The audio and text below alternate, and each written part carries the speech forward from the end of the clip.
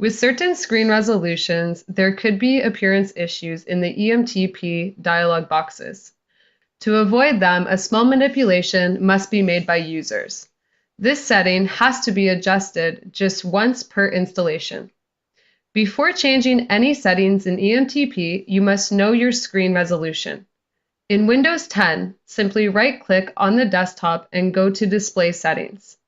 In the Display section, take note of the resolution. Please note that it is not recommended to use a custom scaling size for text, as it could lead to unexpected behavior. Now you can open EMTP. Create a new design. Display problems typically occur with dialog boxes containing certain type of grids. In EMTP 3.5, it is the case of the Pi line 3 phase.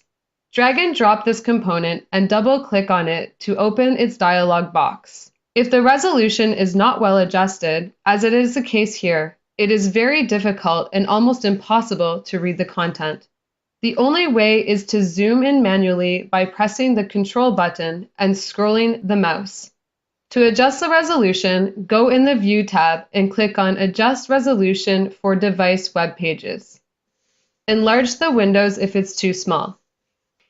First, select the resolution option that best fits the Windows resolution that has been previously noted.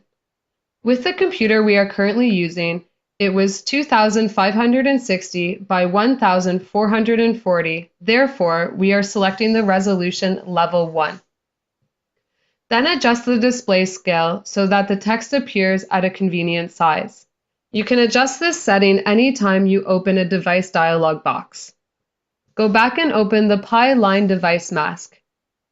The display should be optimal at this point. If not, try to adjust the display scale or choose another resolution level. Thanks for watching this video.